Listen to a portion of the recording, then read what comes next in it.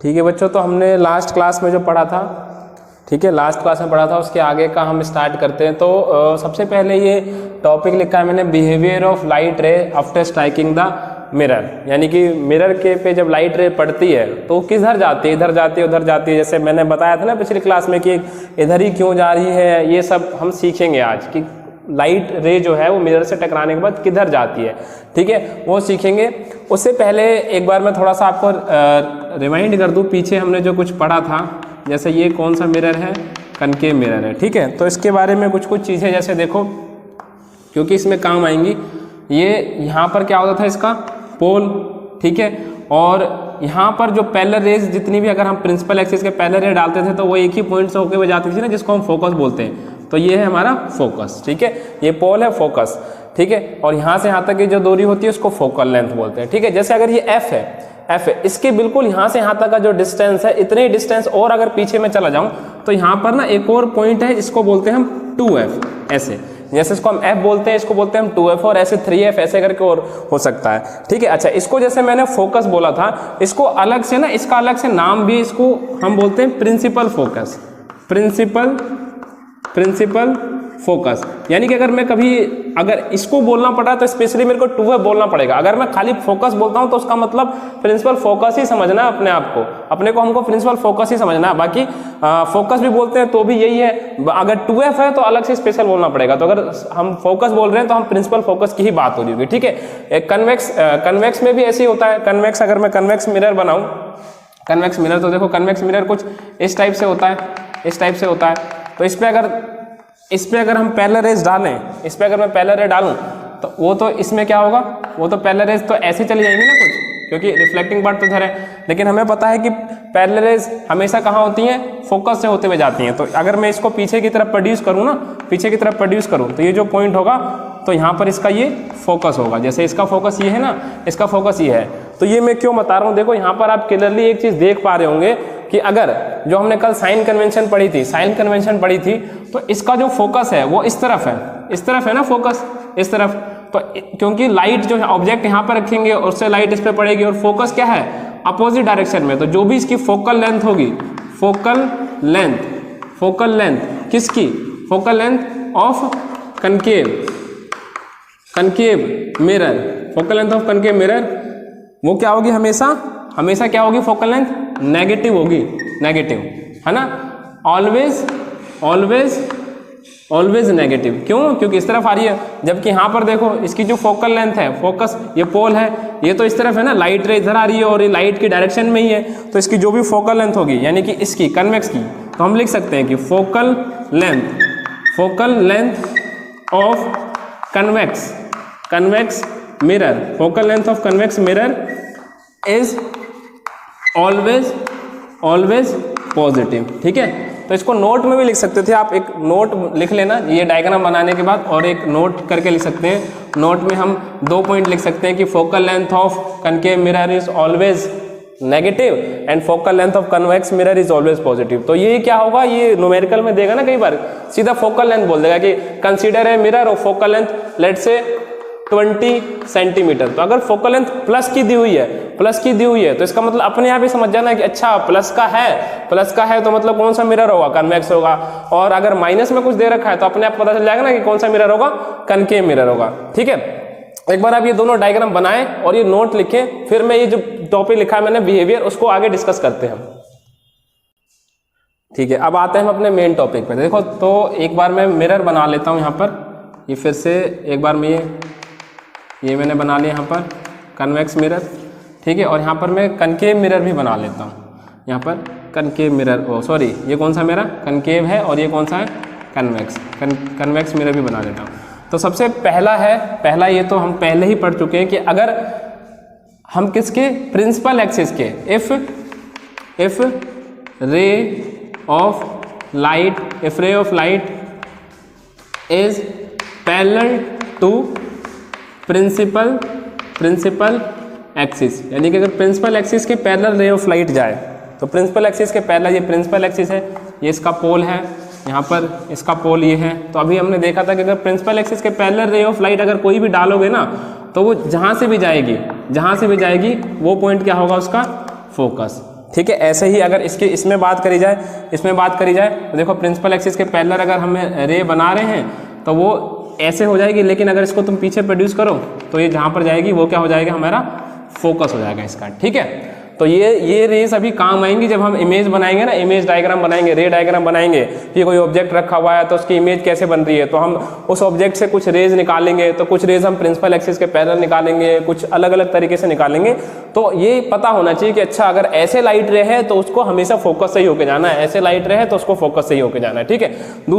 दूसरा केस क्या है कि अगर दूसरा है कि देखो इफ रे passes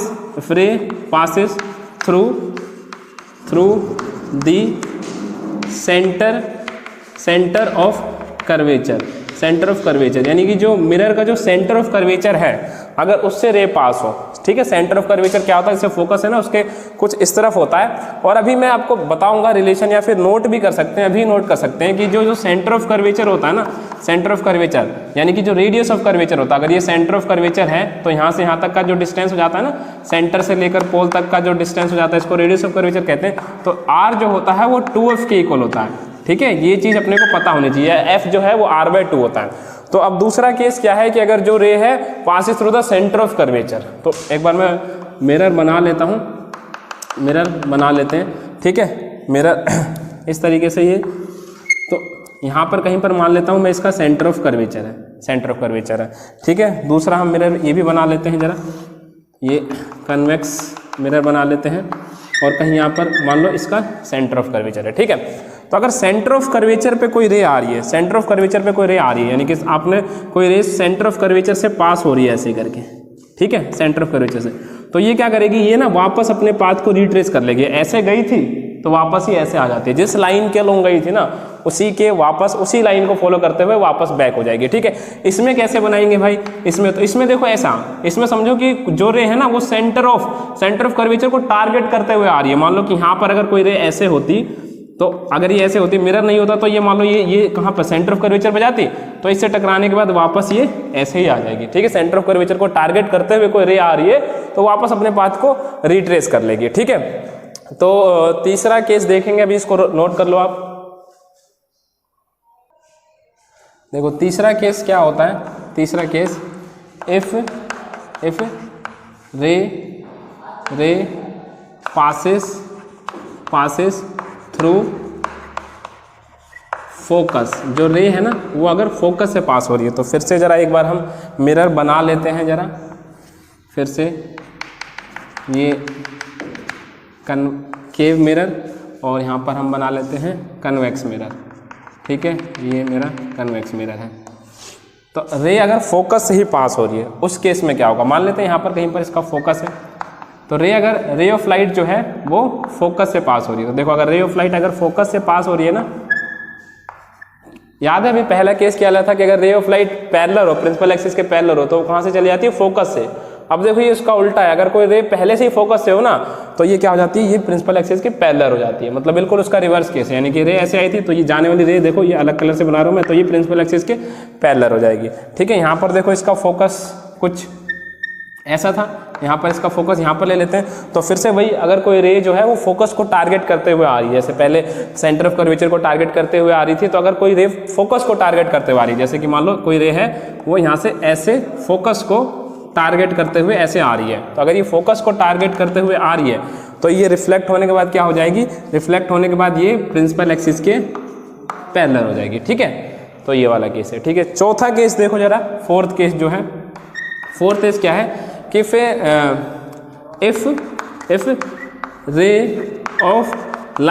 रे of light falls at an angle, कोई भी एंगल बिल्कुल स्ट्रेट ना हो, एट एन एंगल जो कि 0 या 90 डिग्री ना हो, ऑब्लिक्यू मतलब तिरछी तरीके से कुछ पड़े, है ना, at an angle to mirror, तो उस केस में क्या होगा, जैसे कि यानी कि एक बार मैं फिर से बना लेता हूं, ये है, ठीक है। इस पे अगर किसी भी एंगल पे पड़े, मान लो कि यहीं पर ही मैं यहाँ पर पोल पे यहाँ पर मैं इस तरीके से मान लो किसी एंगल पे आ रही है, तो ये लॉज ऑफ रिफ्लेक्शन को फॉलो करेगी, जितने एंगल पे आई है उतने एंगल पे वापस चली जाएगी। ठीक है, तो ये आने वाली, इसको मैं दूसरे कलर से बना देता हूँ, ये तो ये जो एंगल होगा ना और ये जो एंगल होगा उस तरीके से चली जाएगी। ठीक है, सेम केस इसमें भी देख सकते हो, ये अगर कन्वेक्स है तो इसमें जितने एंगल पे आ रही होगी रे, जितने एंगल पे आ रही होगी यहाँ, ठीक है, यहाँ पर ये जितने एंगल पे ये रे आ रही है उतने एंगल पे यहाँ पे चले जाएगी। ठीक है, तो ये कुछ चीज़ें आपको पता होनी चाहिए जो कि आपको काफ़ी हेल्प करेंगी किसमें, इनके जो डायग्राम है, रे डायग्राम बनाने में, और इन मिरर्स के थ्रू कैसे इमेज बनती है उसमें काफ़ी हेल्प करेगी। तो आप इसको नोट करिए, फिर हम आगे बढ़ते हैं।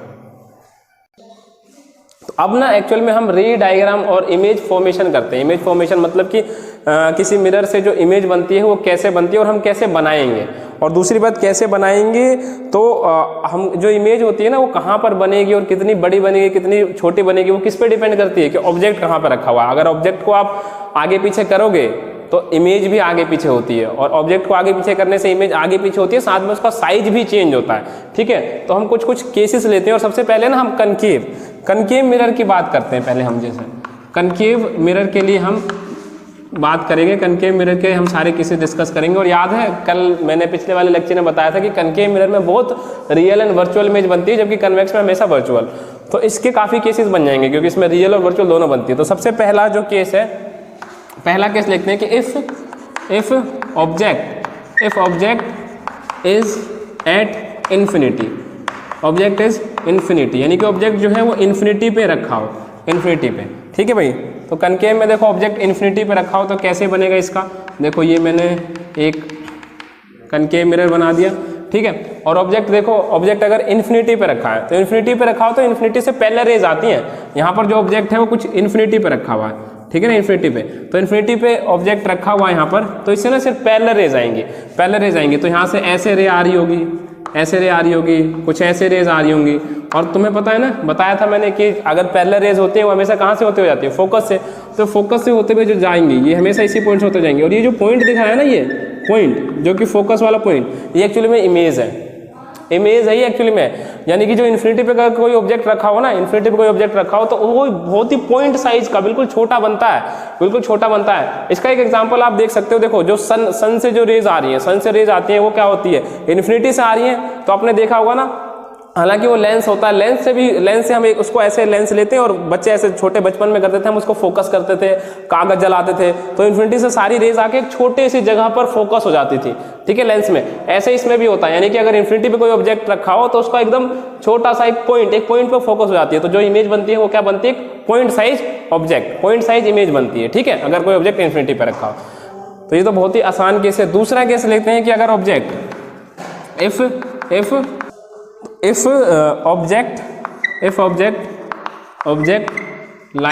ऑब्जेक्ट लाइज बिटवीन किस के बीच में, object lies between infinity and centre of curvature, या फिर इसको ऐसा भी बोलते हैं कि बियॉन्ड सी मतलब सी के परे, हिंदी में बियॉन्ड सी। ठीक है, बियॉन्ड सी मतलब जो भी सी है उसके इस तरफ लेफ्ट साइड में रखी हो, तो ठीक है ना। तो इसमें कैसे बनेगी इमेज, इसमें देखो कैसे बनेगी इमेज, इसमें कैसे बनेगी, तो देखो यहाँ पर ये मान लेते हैं कहीं यहाँ पर इसका सेंटर ऑफ कर्वेचर सी है, और यहाँ पर कहीं पर ले लेते हैं हम इसका फोकस एफ। तो बियॉन्ड सी मान लो मैंने यहाँ पर रख दिया, ठीक है ना, यहाँ पर रख दिया। लेट से ये थोड़ा सा सही नहीं लग रहा, सेंटर ऑफ कर्वेचर आपको पता है ना बिल्कुल डबल होता है, तो अगर फोकस यहाँ पे बना रहे हैं तो सी इसके हिसाब से मैं कहीं यहाँ पर ले लेता हूँ। ठीक है, और बियॉन्ड सी यानी कि ऑब्जेक्ट जो है वो सी के भी इस तरफ रखा हुआ है, तो ऑब्जेक्ट मान लो यहाँ पर रखा हुआ है, ऑब्जेक्ट यहाँ पर रखा हुआ है। ठीक है, तो क्या करेंगे अब, देखो इमेज बनाने के लिए ना दो ही रेज काफ़ी होती हैं, दो रेज काफ़ी होती है। कौन कौन सी, एक रे ना, एक रे तो डालो इसके पैरेलल, एक रे डालो इसके पैरेलल, यानी कि प्रिंसिपल एक्सिस के पैरेलल डालो। मान लो ये भी ऑब्जेक्ट है, ए भी ऑब्जेक्ट है, तो एक रे मैंने डाली इसके प्रिंसिपल एक्सिस के पैरेलल, तो प्रिंसिपल एक्सिस के मैंने यहाँ पर पैरेलल रे डाली, तो पैरेलल रे हमेशा कहाँ से होते हुए जाएगी, पैरेलल रे तो फोकस से होते हुए जाएगी। ठीक है, पैरेलल रे कहाँ से गई, फोकस से होते हुए। और दूसरी रे कहाँ से जाएगी, दूसरी रे कहाँ से जाएगी, सेंटर ऑफ कर्वेचर से। दूसरी रे सेंटर ऑफ कर्वेचर से डालो, तो सेंटर ऑफ कर्वेचर से जो रे डालते हैं, याद है क्या होता था, सेंटर ऑफ कर्वेचर से जो रे आती थी अपने पाथ को रिट्रेस कर लेती थी, सेंटर ऑफ कर्वेचर से जो डाली है तो अपने पाथ को रिट्रेस कर लेगी। यहाँ पर दोनों इमेजेस मिल रही है ना, यहाँ पर क्या हो रहा है, देखो यहाँ पर दोनों ये जो रेज है वो मिल रही है, तो यहाँ पर क्या है, इसकी इमेज बन जाएगी। और ये इसको मैंने बोल दिया ए डैश और बी डैश। तो देखो ऑब्जेक्ट ए बी था, तो यहाँ पर ए डैश बी डैश इसकी इमेज बन गई। अब ये कैसी इमेज बनी है, रियल या वर्चुअल, बताओ, रियल इमेज है या वर्चुअल इमेज है? तो कैसी इमेज है ये, रियल इमेज है ना। क्यों, एक तो इसी से पता चल रहा है, देखो उल्टी बनी है ना, ये इन्वर्टेड है, और बताया था मैंने कि real image is always inverted. दूसरी चीज देखो कि यहाँ पे रेज एक्चुअली में मिल रही है ना, रिफ्लेक्शन के बाद मिल रही है, तो मैंने बताया था कि रेज अगर रिफ्लेक्शन के बाद मिले तो रियल बनेंगी, और अगर हम उनको डैश करके पीछे की तरफ ट्रेस करके मिलाते हैं तो वर्चुअल बनती है। तो ये क्या है, रियल इमेज है। इसको आप नोट करिए। और एक्चुअली मैं क्या करता हूँ कि जो भी सारे केसेस ना उनके इमेजेस मैं पहले से आपको बना देता हूँ, और फिर डायरेक्ट आप उसको नोट कर देना, है ना, क्योंकि ऐसे वीडियो काफी लंबी हो जाएगी। तो देखो ये अगला केस है, यहाँ पर जो ऑब्जेक्ट है कहाँ पर रखा हुआ है, सेंटर ऑफ कर्वेचर पे। तो अगर ऑब्जेक्ट सेंटर ऑफ कर्वेचर पे रखा होता है ना, तो उसकी इमेज भी सेंटर ऑफ कर्वेचर पे ही बनती है, जैसा दिखाई दे रहा है, ठीक है। और देन अगला केस है जहाँ पर ऑब्जेक्ट रखा हुआ है सेंटर ऑफ कर्वेचर और फोकस के बीच में, तो उसके केस में देखो इमेज कहाँ पर बन रही है, सेंटर ऑफ कर्वेचर के बियॉन्ड बन रही है। देन ऑब्जेक्ट कहाँ पे रखा हुआ, अगले इस वाले केस में ऑब्जेक्ट रखा हुआ फोकस पे, तो फोकस पे ऑब्जेक्ट रखा हुआ तो इमेज बनती है इन्फिनिटी पे। ये सारे केसेस को ना आप अच्छे से नोट कर लेना वीडियोस पॉज करके।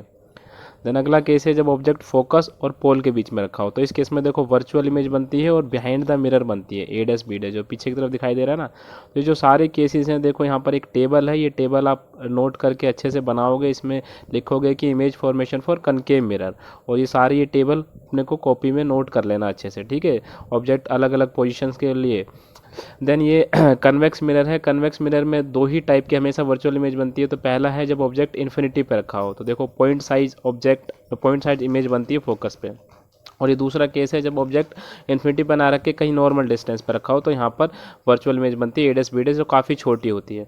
और देन इसकी टेबल है, देखो यहाँ पर दो ही, अगर इन्फिनिटी पर रखी हो तो ऑब्जेक्ट कहाँ पर फोकस पे बनती है, highly diminished virtual and erect बनती है। और जो दूसरा केस था कि इन्फिनिटी और पोल के बीच में रखी हो तो डिमिनिश्ड बनती है वर्चुअल। तो इन सबको आप अच्छे से नोट कर लीजिए। मिलते हैं अगले